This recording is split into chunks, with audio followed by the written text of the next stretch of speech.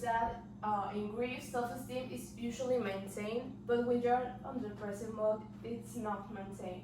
You don't have self-esteem and you feel guilty of a lot of things. The National Institute of Mental Health, on his National Survey of Mental Health on 2013, explains how depression affects different groups of people. So this is more common than you think, since depression affects an estimated 1 in 15 adults. So this means 6.7 of these adults can suffer from depression in any given year. So this is a concept that keeps on the years that passes. And also 1 in 6 people, which are the 16.6%, will experience depression at some time in their life. Also, I found out that 1/3 of a woman will experience a major depressive episode in their lifetime, and the women are more likely to have this illness than men to experience depression, and it can strike in every time of our life. It can strike from our mid-20s, it can be later, so depression is just something that doesn't have a particular age in which it can strike. So here I found out some risk factors for depression. It can be by biochemistry, so it can be caused for difference in certain chemicals in the brain. It can be because of genetics, it can be because of your personality, or it also can be environmental factors.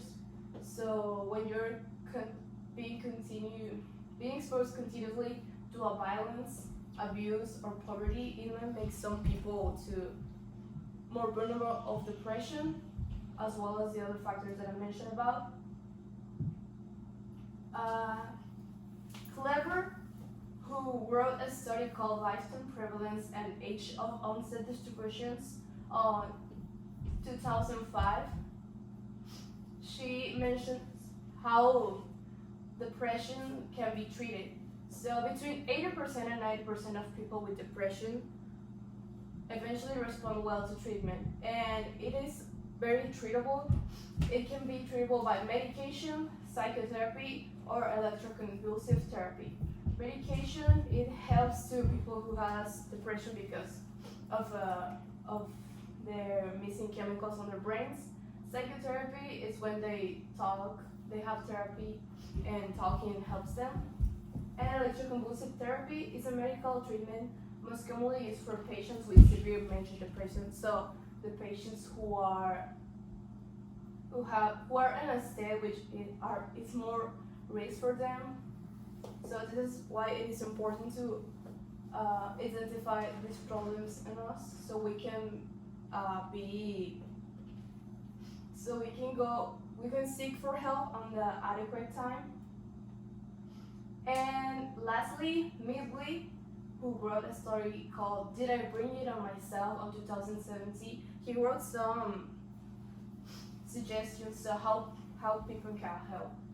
So if you're suffering from depression or you know someone who has depression, regular exercise helps create positive feeling and improve mood. 6, exercise helps us to release endorphins, which make us feel happier. Also, getting enough quality of sleep on a regular basis is very important. Having a healthy diet and avoiding alcohol, because alcohol is a depressant, also help reduce symptoms of depression. If you know someone who's experiencing symptoms of depression, a first step is to see your family, psychiatrist, or physician, talk about your concerns, and request a thorough evaluation.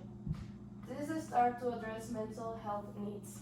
So I did this presentation because I want to create mental health awareness, so people can be